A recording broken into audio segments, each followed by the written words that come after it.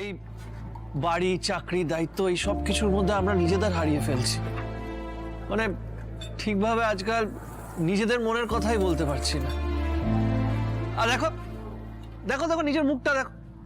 আরে কোথায় আমার স্ত্রী রোম্যান্টিক, তা না এরকম গোমড়া মুখ করে বসে আছে।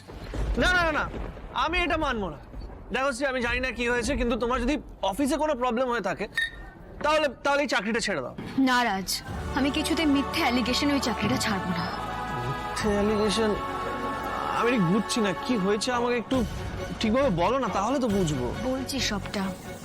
কোন এক কর্পোরেট হাউসের এইচআর নাকি আমার বসকে বলেছেন আমি নাকি ওনার কোম্পানিতে অ্যাপ্লাই করেছি জবের জন্য। এটা কি করে হতে পারে? আমি তো এরকম কিছু করিনি। আর রাজ, আমিও একটা সময় কর্পোরেটে জব করেছি, আমি জানি কি কি নিয়ম আছে। 1 মাসের একটা নোটিশ ইস্যু করতে হয়।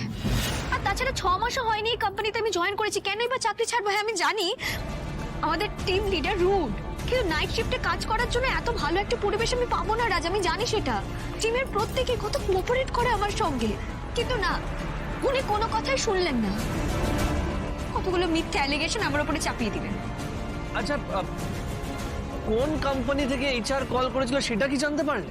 জানি না, কোনো কথাই শুনলেন না, শুধুমাত্র একতরফা অ্যালিগেশন গুলো দিয়ে দিলেন। আর 1 মাসের নোটিস পিরিয়ড দিয়ে দিলেন চাকরি ছাড়ার। না না, এটা তো মানবো না। মানে উনি তোমাকে রুল দেখাচ্ছেন আর নিজে রুল মানছেন না। ওনাকে বলতে হবে কোন কোম্পানি থেকে ফোন এসেছিল। রাজ, এই সব কিছুর থেকেও বেশি ইম্পর্টেন্ট আমার কাছে চাকরিটা। 1 মাসের মধ্যে যদি আরেকটা চাকরি জোগাড় করতে না পারে, আমি জানি না আমি মাকে কি বলবো। জানো তো, এই বছরটা না শুরুর দিন থেকে খারাপ ভাবে কাটছে, খুব খারাপ যাচ্ছে দিনগুলো। তাহলে কি এইভাবে তুই কাঁদবে না? এদিকে দেখো, আমার কথাটা এবার একটু মন দিয়ে শোন। এত চাপ নিয়ে তোমাকে চাকরি করতে হবে না। আমি তো মোটামুটি মাইনের একটা চাকরি করছি, দরকার হলে কাজের পর এই জিনিসপত্র রিপেয়ার করবো এক্সট্রা ইনকামের জন্য। শ্রী, একটু আমার উপর ভরসা করে দেখো না, দেখবে আমি আমি সব ম্যানেজ করে দেবো। সত্যি, মানে তুমি এখানে কাউকে জিজ্ঞেস করে নাও, আমি নিজের বউয়ের মুখে হাসি দেখার জন্য সবকিছু করতে পারি। আরে সেই জন্যই তো এই গাড়ির চাবিটা বিপাশা ম্যাডামকে ফেরত দিয়ে বললাম, জানি আমার এই গাড়ি চাই না, আমার জন্য আমার স্ত্রীর হ্যাপিনেসই সবকিছু।